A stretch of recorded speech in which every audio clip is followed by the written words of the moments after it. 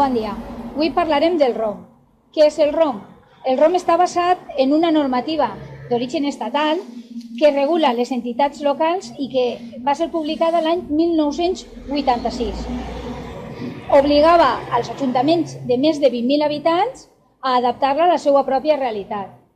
Si aquesta normativa és de 1986, com és que l'Ajuntament d'Alaquàs encara no la té adaptada? Nosaltres pensem que al PSOE, malgrat les majories absolutes que ha tingut, no li ha interessat adaptar-la. I no li ha interessat adaptar-la perquè podia servir-se d'una normativa d'àmbit més genèric, més ambigua, i així dificultar o facilitar determinades coses conforme al seu interès.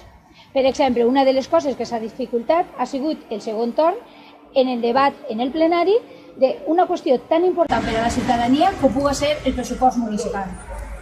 Per a Compromís, aquesta és una qüestió molt important. De fet, en setembre de l'any 2016 ja van presentar una moció per a que s'adaptara el ROM estatal a un ROM municipal.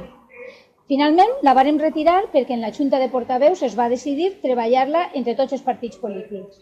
El mes de desembre va ser aprovada en el plenari i fa uns dies, en el mes de gener, va ser publicada.